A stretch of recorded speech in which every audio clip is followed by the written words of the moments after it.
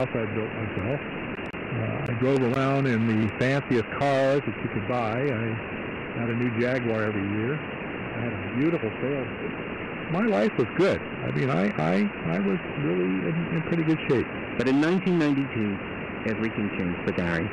I had just returned from what we call a dude cruise. My family all together once a year go to some exotic place, and we had just gotten back from Tahiti. I was sitting at my desk, and I started to get a little headache, and I asked my secretary, I said, "Where are the aspirins?" And she laughed, and she jokingly said, "Well, they're in the back of the office, and I'm not going to get them for you because you just got back from vacation. You go get them." So I got up, and I started to walk to the back of the office, and all of a sudden, I had this tremendous, tremendous pain in my brain. It's just like somebody hit me in the head with a sledgehammer. And I started to shake.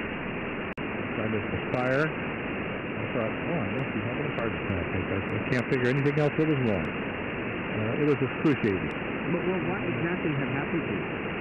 I had a cerebral hemorrhage. I had stroke, where the capillaries in my brain had, I guess you'd say, exploded. It was a hemorrhage. It was a bleed in my brain. So fortunately, my son-in-law worked in the office with me, and I followed straight. So there's something really wrong with me, and he came and he said, "Hey, I'll take you down to the hospital." And the moment I walked in the front door, the nurse looked at me and she said, "Get him on a gurney." Exactly how dangerous is it? Terminal. You got about a 4% chance of surviving. A 4% chance of survival. Now remember, Daniel had just a 2% chance. Made it, and should have made it. Let alone find that certain someone who is simply, and I'm not exaggerating here, an absolute perfect fit for each other. She's like a part of me. She's like my arm. He is like my stability, my mark of Gibraltar, I guess you want to call that. All in the mind. That's when the statement returns in a moment.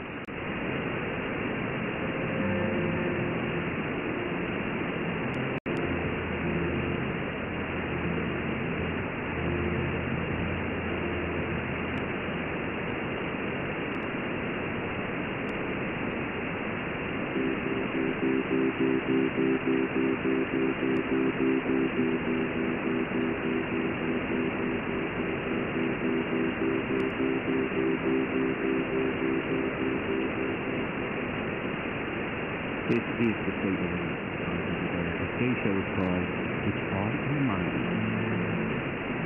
In 1993, Gary Fairchild had an AVM, malformed blood vessels in his brain ruptured, and he was given next to no chance of surviving. But 3 weeks later, he woke up in the hospital. I would say I was aware, but I really didn't know. How did you feel?